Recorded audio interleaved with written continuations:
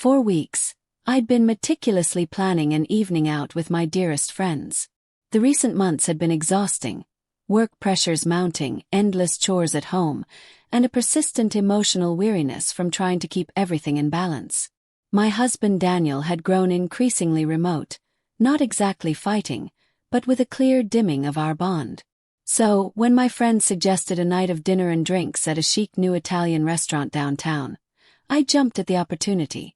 A chance to relax, enjoy a glass of wine, and share some laughter seemed like the ideal remedy. I didn't see the need to share every detail with Daniel.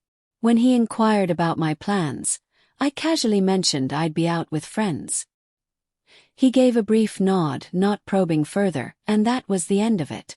I hadn't concealed anything, just kept it brief. No harm in that, I thought. At the restaurant, the atmosphere was everything I'd hoped for. Warm golden lighting, the soft clink of wine glasses, and a gentle murmur of music weaving through the air. My friends and I settled into a snug booth, ordered appetizers, and immersed ourselves in catching up with stories and giggles. For the first time in ages, I felt like myself again, unburdened by the weight of daily life. About 30 minutes in, I excused myself to visit the restroom. On my way back, something, or rather someone, halted me in my tracks. My heart stopped. There at a nearby table was Daniel.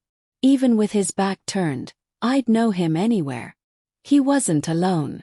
The woman beside him wasn't a colleague or a familiar face. She was a stranger sitting too close, her laughter too warm and unguarded. My pulse surged as I ducked behind a pillar, my gaze fixed on them. She reached out, her fingers grazing his hand as she chuckled at something he said. He didn't pull away or tense up. He seemed relaxed, more engaged than I'd seen him with me in months. A wave of nausea hit me. Betrayal twisted in my stomach, but then a sharp realization struck. I told him I was out with friends, but I hadn't been entirely forthcoming about the specifics. He hadn't lied at all.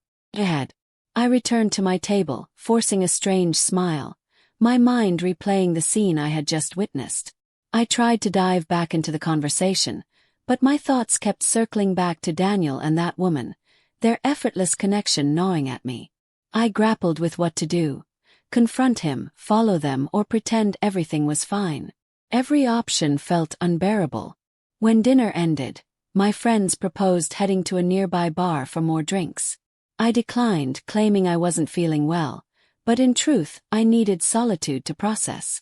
I lingered outside the restaurant, hidden in the shadows, watching. 10 minutes later, Daniel emerged with her. They didn't touch, but their chemistry was palpable, their laughter echoing as they strolled away together. I didn't follow or message him. Instead, I went home, sank onto the couch in the dark, and stared into the void for an hour. My phone buzzed. Daniel still out with friends, his text read. My breath caught. Did he know I'd been there? Had he spotted me, or was he just checking? I stared at the screen for what felt like forever before replying, "Yeah, home soon." The next morning, he acted as if nothing had changed, kissing my forehead, making coffee, asking about my evening. I lied again, saying it was wonderful. He nodded, scrolling through his phone's news feed. I watched him closely, wondering how often we'd both sidestepped the truth, pretending it was routine. I didn't confront him that day or the next, but I began observing more carefully. His routines, his messages, his sudden explanations for being late. I despised the thought of prying, but something within me had shattered. Trust had vanished, and doubt seeped into every aspect of our lives. Over time, I uncovered what I feared most: late-night texts, a secret second phone. Her name, Emily. She wasn't just a passing dinner companion. She mattered to him. The truth crushed me, but it also brought clarity. I hadn't been imagining things or overreacting. He'd emotionally checked out of our marriage long before I'd noticed. When I finally confronted him, he didn't deny it. He just sighed, exhausted, and said, "We've both been pretending for a long time, haven't we?"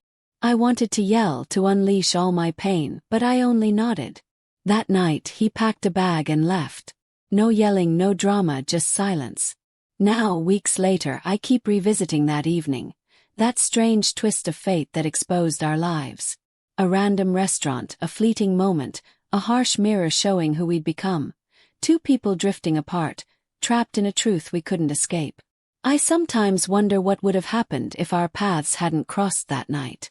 Would we still be living the same facade, smiling through deception?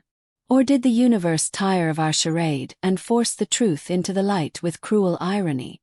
Either way, the anger has faded. All that remains is relief.